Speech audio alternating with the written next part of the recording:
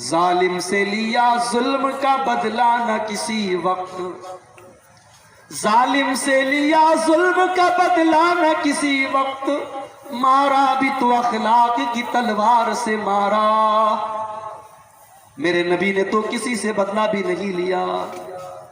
جن لوگوں نے نماز کی حالت میں آپ کی گردن میں چادر ڈال کر کے آپ کا گلا دبانے کی کوشش کی تھی، جن لوگوں نے آپ کے اوپر نماز کی حالت میں اونٹنے کی بچہ دانی لا کر کے رکھ دی تھی، جن لوگوں نے آپ کی بیٹی زینب کے اوپر حملہ کر کے ان کو موت کے گھاٹ اتار دیا تھا، جن لوگوں نے آپ کو آپ کے وطن سے نکلنے پر مجبور کر دیا تھا، جن لوگوں نے طائف میں آپ پر پتھر برسائے تھے، اللہ کے نبی نے کسی سے بھی بدلہ نہیں لیا۔ اور جب بدلہ لینے کا موقع آیا، مکہ والے لائن سے آپ کے سامنے کھڑے ہیں، آپ بدلہ لے سکتے ہیں، آپ سب کی گردن مار سکتے ہیں، آپ نے فرمایا لا تثریب علیکم اليوم اذهبوا انتم الطلقاء، اے مکہ والو جاؤ تم سب کے سب آزاد ہو، محمد الرسول اللہ کسی سے انتقام نہ لیں گے، کسی سے بدلہ نہیں لیں گے۔ آج اخلاق سے ہم دور ہیں میرے پاس۔ آج ہمارا اخلاق اپنے پڑوسی کے ساتھ کیسا ہے، اپنے بچوں کے ساتھ ہمارا اخلاق کیسا ہے، اپنی بیوی کے ساتھ ہمارا اخلاق کیسا ہے۔ جانتے ہو انسان کے اخلاق کی پریچھا ہوتی ہے اس کے گھر میں۔ انسان زمانے کے لیے اچھا ہو، اپنے گھر والوں کے لیے اگر اچھا نہیں ہے تو وہ اچھا نہیں ہے۔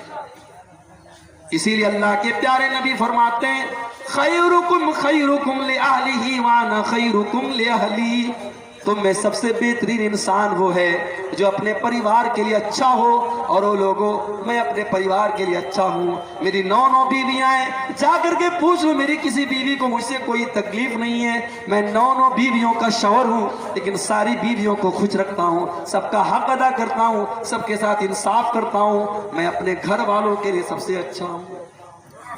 اخلاق کو اچھا بناؤ گا۔ پیارے نبی سے پوچھا گیا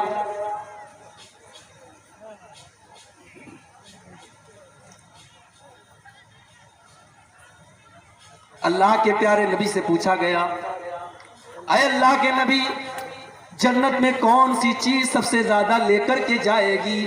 اللہ کے پیارے نبی نے فرمایا حسن الخلقی، اچھا اخلاق اپنے اندر پیدا کر لو، اچھا اخلاق سب سے زیادہ جنت میں لے کر کے جائے گا۔ پوچھا گیا ہے اللہ کے نبی سب سے زیادہ جہنم کے اندر کون سی چیز لے کر کے جائے گی؟ آپ نے فرمایا الفم والفرج، زبان لے کر کے جائے گی اور شرمگاہ لے کر کے جائے گی۔ زبان کی حفاظت کرو، گالی نہ دو، اس سے کسی کو کی غیبت نہ کرو، کسی کی چغلی نہ کرو، کسی پر بہتان نہ لگاؤ، اور شرمگاہ کی حفاظت کرو۔ زبان اور شرمگاہ یہ 2 چیزیں انسان کو جہنم میں لے کر جائیں۔ آج یہ امت اخلاق سے بھی دور ہے۔ اس امت کا نوجوان آج مختلف برائیوں میں پڑا ہوا ہے۔ اس نوجوان کو پتہ ہی نہیں کہ اس کی جوانی کی کیا اہمیت ہے۔ بیچارہ نماز نہیں پڑھتا، کیا سوچتا ہے ارے جب بوڑھے ہو جائیں گے ڈنڈا لے کے چلنے لگیں گے، لاٹھی لے کے چلنے لگیں گے، نماز بھی پڑھنے لگیں گے۔ میرے پیارے ساتھیوں کیا گارنٹی ہے اس بات کی آپ کے 50 سال کے ہونے تک آپ زندہ رہیں گے؟ اس بات کی کیا گارنٹی ہے؟ الہ آباد کی سرزمین ہے یو پی کے اندر، 1 سال پہلے میرا پروگرام تھا، ڈاکٹر محسن نام کے ایک نوجوان میرے پاس آتا ہے، خوبصورت 20-22 سال کا نوجوان ہے، میرے پاس آتا ہے، مجھ سے باتیں کرتا ہے، میرا موبائل نمبر بھی لیتا ہے، اپنا موبائل نمبر بھی دیتا ہے، میرے ساتھ سیلفی بھی لیتا ہے، فیس بک کے اوپر اس سیلفی کو ڈالتا بھی ہے۔ اور ابھی 1 مہینہ پہلے خبر آتی ہے ڈاکٹر محسن کو ڈینگو ہو گیا ہے، اس کے حق میں دعا کیجئے، اور 2-4 روز کے بعد فیس بک کے اوپر خبر آتی ہے ڈاکٹر محسن کا انتقال ہو گیا، اب اس دنیا میں نہیں ہے۔ میرے پیارے ساتھیوں موت آپ سے پوچھ کر کے تو نہیں آئے گی، موت کو اس سے کوئی مطلب نہیں کہ آپ کے بچوں کو آپ کی کتنی ضرورت ہے، آپ کے پریوار کو آپ کی کتنی ضرورت ہے، آپ کے ماں باپ کو آپ سے کتنی امیدیں ہیں، آپ نے مکان بنایا کہ نہیں بنایا، آپ کو نوکری ملی کہ نہیں ملی۔ موت تو آئے گی اور اپنا کام کر کے چلی جائے گی۔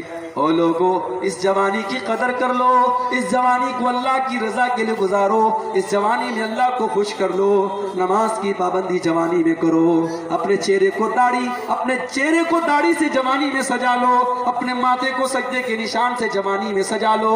اللہ کے پیارے نبی فرماتے ہیں اغتنم خمسن قبل خمسن، او لوگو 5 چیزوں کی قدر کرو، 5 چیزوں کی ویلو کو سمجھو، 5 چیزوں کے آنے کے پہلے شبابک قبل حرمک، اپنی جوانی کی قدر کرو اپنے بڑھاپے کے آنے کے پہلے، وصحتک قبل سقمک، اپنی تندرستی کی قدر کرو اپنے بیمار ہونے کے پہلے، وغناک قبل فقرک، اپنی دولت کی قدر کرو غریب ہونے کے پہلے، وفراغک قبل شغلک، اپنے ٹائم کی قدر کرو اس کے پہلے کہ تم بزی ہو جاؤ، وحیاتک قبل موتک، اور اپنی زندگی کی قدر کرو اس کے پہلے کہ تم کو موت آ جائے۔ قدر کرو اپنی جوانی کا سجدہ، جوانی کی عبادت اللہ کو بہت پسند ہے۔ کل قیامت کا دن ہوگا، اللہ کی بارگاہ میں کوئی بھی گرمی سے بچنے والا نہیں ہوگا، سورج 1 میل کی دوری پر ہوگا، اللہ تعالیٰ اپنے کچھ خوش نصیب بندوں کو اپنے عرش کا سایہ دے گا، ان خوش نصیب بندوں میں میرے نوجوان ساتھیوں آپ بھی رہیں گے۔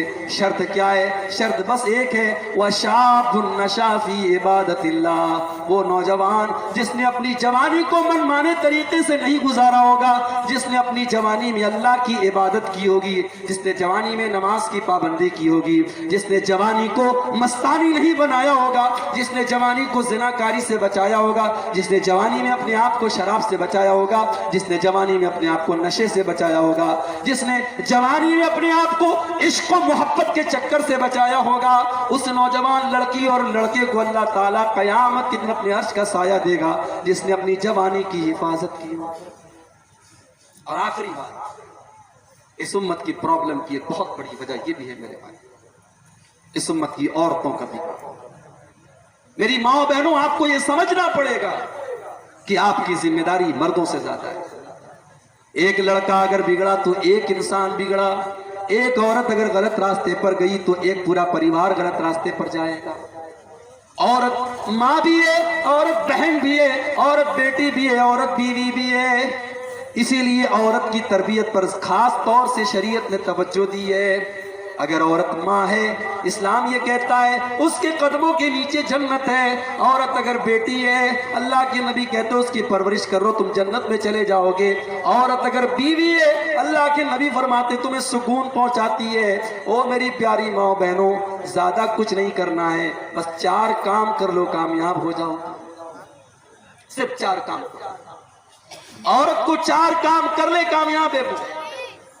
ایوم امرات سلت خمسها وصامت شهرها واتات زوجها واحسنت فرجها، جو عورت 5 ٹائم کی نماز کی پابندی کرے۔ میری پیاری ماں بہنوں، آج کتنی عورتیں جو نماز کی پابندی نہیں کرتی ہیں، اور جب ان سے کہا جاتا ہے تم نماز کیوں نہیں پڑھتی ہو، کہتی ہیں مولوی صاحب چھوٹا بچہ ہے پیشاب کر دیتا ہے، کپڑے پاک نہیں رہتے، کپڑے صاف نہیں رہتے۔ اور میری پیاری ماں بہنوں، کیا حضرت فاطمہ نے بچے نہیں پالے تھے؟ کیا حضرت خدیجہ نے بچے نہیں پالے تھے؟ کیا صحابیات نے بچے نہیں پالے تھے؟ اس زمانے میں تو پیمپر بھی نہیں تھا، اس زمانے میں تو اتنی ترقی بھی نہیں تھی۔ آج تو اللہ تعالیٰ نے بہت آسانیوں سے آپ کو نوازا ہے۔ نماز چھوڑنے کے بہانے تلاش نہ کرو۔ ایوم امرات سلت خمسہا، جو عورت 5 ٹائم کی نماز کی پابندی کرے، وصامت شہرہا، اور رمضان کا روزہ رکھے، واتات زوجہا، اور شادی کے بعد اپنے شوہر کی اطاعت کرے۔ شوہر کی اطاعت کرے، شوہر کی صحیح بات مانے، غلط بات نہیں ماننا ہے، صحیح بات اور شوہر کی مانے۔ وَآسَنَتْ فَرْجَهَا، اور چوتھا کام یہ کرے کہ اپنی آبرو کی حفاظت کرے۔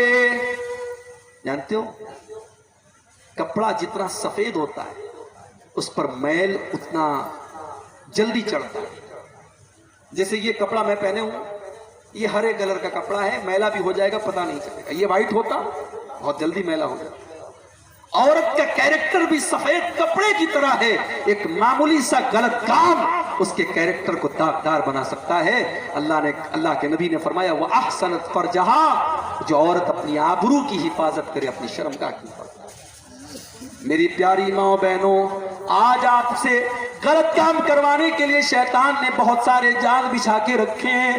بے حیائی کا جال بچھایا ہے، بے پردگی کا جال بچھایا ہے، موبائل کا جال بچھایا ہے، زناکاری کا جال بچھایا ہے۔ میری پیاری ماں بہنوں، اس جال سے اپنے آپ کو بچا لو، اس جال سے اپنے آپ کو بچا لو۔ اپنی آبرو کی حفاظت کرو، اپنی شرمگاہ کی حفاظت کرو، عشق اور محبت کے چکر میں نہ پڑو، اپنے آپ کو بچا کر کے رکھو۔ یہ 4 کام کر لو، اللہ کے نبی فرماتے ہیں دخلت من ابواب الجنت شاہ۔ دیپاولی کا تہوار آیا، ہمارے کتنے مسلمان غیر مسلموں کو مبارکباد بھی دے رہے تھے اور بڑے بڑے بینر لگا رہے تھے۔ اسی بہار میں سیوان میں ایک جگہ میں نے دیکھا بینر لگا تھا، کوئی مسلمان دکاندار اپنے غیر مسلم بھائیوں کو دیوالی کی مبارکباد دے رہا تھا اور بینر پہ لکھا تھا ماں لکشمی آپ پر کرپا کرے۔ یعنی مسلمان کو یہ بھی پتا نہیں ہے کہ توحید کا مطلب کیا ہے اور شرک کا مطلب کیا ہے، اور کون سی چیز ایسی ہے جو اس کی توحید کو برباد کر دیتی ہے۔ کچھ بے شرم مسلمان ہیں، کہتے ہیں ارے ہم تو بسم اللہ پڑھ کے سب کھا لیتے ہیں۔ غیر اللہ کے نام پر کوئی مرغا ذبح کیا گیا، غیر اللہ کے نام پر بکرا ذبح کیا گیا، غیر اللہ کے در پہ چڑھائی گئی مٹھائی آئی، یہ بے شرم بسم اللہ پڑھ کے کھا لیتا ہے۔ کل کو سور کا گوشت تیرے سامنے آئے گا تو بسم اللہ پڑھ کے کھا لے گا، کل کو شراب تیرے سامنے پیش کی جائے گی تو بسم اللہ پڑھ کے پی لے گا۔ جتنی حرام شراب ہے اور جتنا حرام سور کا گوشت ہے، اتنا ہی حرام ایک مسلمان کے لیے وہ چیز ہے میرے بھائیوں جس چیز پر غیر اللہ کا نام نہیں جانتے ہمارے مسلمان۔ آج کل بڑا میڈیا میں ایک معاملہ چل رہا ہے، دلی کے اندر ایک مسلمان لڑکے نے غیر مسلم لڑکی کے ساتھ لیو ان ریلیشن شپ میں رہتے، اب یہ بھی چل رہا ہے سماج میں، شادی کے بغیر لڑکا لڑکی رہ رہے، سماج کو کوئی اعتراض نہیں ہے، سماج اس کو برداشت کر رہا ہے۔ یہ نیا بھارت ہے، یہ آدھونک بھارت ہے، یہ ماڈرن بھارت ہے۔ میرا اسلام تو یہ کہتا ہے تم نکاح کر رہے ہو، تم شادی کر رہے ہو، مولوی صاحب بھی آ گئے، انہوں نے نکاح بھی پڑھا دیا، لیکن آپ کا مقصد گھر بسانا نہیں ہے، آپ کا مقصد صرف اپنی شہوت کو پوری کرنا ہے، تو قرآن کہتا ہے کہ ایسا نکاح کرنا جائز نہیں ہے۔ محسنین غیر مسافحین، نکاح کا مقصد گھر بسانا ہے، پریوار بسانا ہے، صرف اپنی شہوت کو اور اپنی سیکسول ڈیزائر کو پورا کرنا نہیں ہے۔ بھئی انسان اور جانور میں کچھ تو فرق ہونا چاہیے۔ یعنی اسلام اس بات کی بھی اجازت نہیں دیتا کہ آپ نکاح کریں اس مقصد کے تحت کہ ہم صرف اپنی خواہش پوری کریں، نہیں، آپ کو گھر بسانا ہے، آپ کو بیوی کا حق ادا کرنا ہے۔ وہ اسلام جو نکاح کے معاملے میں اتنی پابندی لگاتا ہے، کیا وہ اسلام اس بات کی اجازت دے دے گا کہ لڑکا لڑکی بغیر شادی کے لیو ان ریلیشن شپ میں رہے؟ کھلی ہوئی زناکاری ہے۔ اور آفتاب نام کا وہ لڑکا شرطا نام کی ایک لڑکی کے ساتھ رہتا تھا۔ سوال یہ نہیں ہے کہ شرطا کے گھر والوں کو اعتراض تھا کہ نہیں تھا، سوال یہ ہے کہ آفتاب کے گھر والوں کو اعتراض کیوں نہیں۔ سماج کی یہ دوگلی تصویر بھی ہمیں ختم کرنی پڑے گی۔ ہم نے لڑکیوں پر پابندیاں لگائی، لڑکوں کے لیے سب معاف ہے۔ اسٹیج سے تقریریں ہوتی ہیں، لڑکیاں میک اپ نہ کریں، لڑکیاں خوشبو نہ لگائیں، لڑکیاں نقاب میں رہیں، لڑکیاں پردے میں رہیں، اور لڑکا رات رات پر گھر سے غائب رہے، اس کے اوپر کوئی قانون نہیں ہے۔ اسلام کے اندر کوئی ون وے ٹریفک نہیں ہے میرے۔ اگر اسلام ایک لڑکی کو یہ حکم دیتا ہے، ایک عورت کو حکم دیتا ہے کہ وہ پردے میں رہے، وہ بے حیائی نہ کرے، وہ زناکاری کا کوئی کام نہ کرے، تو اسلام ایک مرد کو بھی حکم دیتا ہے کہ وہ اپنی نگاہوں کو نیچے رکھے، وہ زنا کے قریب نہ جائے۔ وَلَا تَقْرَبُوا الزِّنَا إِنَّهُ كَانَ فَاحِشَةً وَسَاءَ سَبِيلًا، اے مسلمانوں تم زنا کے قریب بھی نہ جانا، وہ بڑا ہی برا راستہ ہے، بڑا ہی برا کام ہے۔ اور جانتے ہو، میں ابھی کٹیہار سے آپ کے گاؤں میں آ رہا تھا، راستے میں کہیں برج بن رہا تھا، برج کے اوپر راستہ بھی بنا نہیں ہے، تو برج کے شروعات میں سرکار نے، گورنمنٹ نے ایک بڑا سا بورڈ لگا دیا، اس پر کراس کا نشان بنا دیا کہ یہ راستہ جانے کا نہیں، اس پر مت جانا، اس لیے کہ اگر وہ نشان نہیں لگے گا، ہو سکتا ہے رات کا ٹائم ہے، ڈرائیور کو پتہ نہ ہو، وہ برج پر گاڑی چلا دے اور آگے جا کر کے ایکسیڈنٹ ہو جائے۔ اسلام نے اگر یہ کہا کہ زنا کا راستہ خراب راستہ، تو اسلام نے اس راستے پر جگہ جگہ بورڈ بھی لگائے ہیں۔ گھر میں دیور بھی رہتا ہے، بھابھی بھی رہتی ہے، اسلام نے یہ حکم دیا، اللہ کے نبی نے فرمایا ایاکم والدخول علی النساء، جو عورتیں تمہارے لیے غیر محرم ہیں، جو تمہاری ماں نہیں ہے، جو تمہاری بہن نہیں ہے، جو تمہاری بیٹی نہیں ہے، جو تمہاری بہو نہیں ہے، ان عورتوں کے پاس تم نہ جایا کرو، ان کے پاس تم تنہائی میں نہ جایا کرو، ان کے ساتھ تم اکیلے میں نہ رہا کرو۔ نبی نے ایک لفظ کہہ دیا، جیجا کو منع کر دیا گیا وہ سالی کو بائک پر بٹھا کے سیر نہ کرائے، دیور کو منع کر دیا گیا وہ بھابھی کے ساتھ بائک پر نہ بیٹھے، وہ اکیلے کمرے میں بھابھی کے ساتھ نہ بیٹھے۔ یہ تو ہمارے انڈیا کا کلچر ہے، بھابھی ماں سمان ہوتی ہے۔ اسلام کی نظر میں بھابھی ماں سمان نہیں ہوتی۔ اسلام کی نظر میں بھائی کے مرنے کے بعد چھوٹا بھائی اپنی بھابھی سے شادی بھی کر سکتا ہے، بھائی کے طلاق کے بعد شادی کر سکتا ہے، وہ آپ کے لیے غیر محرم ہے، محرم نہیں ہے، وہ آپ کے لیے پردہ ہے، آپ کا لمٹ ہونی چاہیے آپ کے اور اس کے پیچھے۔ اسلام نے زناکاری کے راستے میں میرے بھائیوں بڑے بڑے بورڈ لگا دیے۔ خالہ کا لڑکا اور خالہ کی لڑکی آپس میں غیر محرم میں، خالہ کی لڑکی اپنے خالہ زاد بھائی سے لمٹ میں رہے، حد میں رہے، اس سے پردہ کرے۔ پھوپھی کی لڑکی، چاچا کی لڑکی، بڑے ابو کی لڑکی، یہ تمام کے تمام رشتے غیر محرم ہیں۔ آج ہمارے سماج میں ان رشتوں کو کوئی غیر محرم نہیں سمجھتا۔ گھر میں عورتیں، چاچا کا لڑکا گھر میں آتا ہے، عورتیں اس سے کوئی پردہ نہیں کرتی، آرام سے اس کے سامنے جیسے چاہے ویسے بیٹھ جاتی۔ اسلام نے یہ کہہ کر کے بس نہیں کر دیا کہ زنا کے قریب مت جاؤ، اسلام نے زنا کے راستے میں جہاں جہاں انسان زنا کے راستے پہ جا سکتا ہے، اسلام نے بڑے بڑے بورڈ لگا دیے۔ آپ حیرت کریں گے میرے بھائیوں، میری ماں اور بہن، اللہ تعالیٰ نے قرآن میں یہاں تک بتایا کہ عورت دوپٹہ کیسے پہنے گی۔ بھئی قرآن اللہ کی کتاب، قرآن اللہ کی کتاب ہے، اس کتاب میں اللہ تعالیٰ نے یہاں تک ہم کو سکھایا ہے کہ عورت دوپٹہ کیسے اوڑھے گی گھر کے اندر، اپنے سسر کے سامنے، اپنے جیٹھ کے سامنے، اپنے دیور کے سامنے، اپنے بھائی کے سامنے، اپنے رشتہ داروں کے سامنے وہ دوپٹہ کیسے پہنے گھر کے اندر، گھر کے باہر تو نقاب میں رہے گی۔ فرمایا وَلْيَضْرِبْنَ بِخُمُرِهِنَّ عَلَى جُيُوبِهِنَّ، اے مسلمان عورتوں تم اپنے دوپٹوں کو اپنے سینے پر رکھا کرو۔ دوپٹہ کندھے پر رکھنے کے لیے نہیں ہے، دوپٹہ گلے میں ڈالنے کے لیے نہیں ہے، اپنے دوپٹوں کو اپنے سینے پر، اپنے گریبان پر رکھو۔ یہ نہیں کہ چلو ہمارا بھائی تو ہے، ہمارے سسر ہیں تو کیا ہو، مسلمان عورت کا دوپٹہ اس کے گریبان پر ہو۔ یہاں تک بتایا اللہ نے قرآن میں کہ اگر ایک عورت کو کسی غیر محرم مرد سے اگر بات کرنے کی ضرورت پڑ جائے تو بات کیسے کرے۔ اللہ نے فرمایا قرآن کے 22ویں پارے میں فَلَا تَخْضَعْنَ بِالْقَوْلِ فَيَطْمَعَ الَّذِي فِي قَلْبِهِ مَرَضٌ وَقُلْنَ قَوْلًا مَعْرُوفًا۔ اے مسلمان عورتوں، جب تمہیں کسی غیر مرد سے بات کرنے کی نوبت آ جائے اور بات کرنے کی ضرورت پڑ جائے تو تم اپنی آواز میں نرمی پیدا نہ کرو، اپنی آواز میں لچک نہ پیدا کرو، تم اپنی آواز میں کڑک انداز پیدا کرو، تم سختی کے ساتھ بات کرو۔ سامنے والے کو یہ نہ لگے یہ مجھ کو لائن دے رہی ہے، سامنے والے کو یہ نہ لگے کہ یہ مجھے سگنل دے رہی ہے، سامنے والے کی امیدوں کو توڑ دو، تم سختی سے بات کرو، تم نرمی سے بات نہ کرو۔ آج کل یہ بھی چل رہا ہے، فیس بک والی دینی بہن، لڑکی نے پوسٹ ڈالی، کوئی قرآن کی آیت لکھی، لڑکوں کی لائن لگ گئی، ماشاءاللہ سبحان اللہ۔ کیا ایسا؟ ارے یہ ہماری دینی بہن ہے۔ اب یہ دینی بہن جو رہتی ہے پھر وہ فیس بک کے میسنجر پر آتی ہے، پھر وہاں پہ چیٹنگ ہوتی ہے، پھر چیٹنگ کے بعد ملاقات ہوتی ہے۔ یہ زناکاری تک پہنچانے والے راستے ہیں میرے پیارے ساتھیوں، اسلام نے ان راستوں کو بند کیا ہے۔ آپ کی کوئی دینی بہن نہیں۔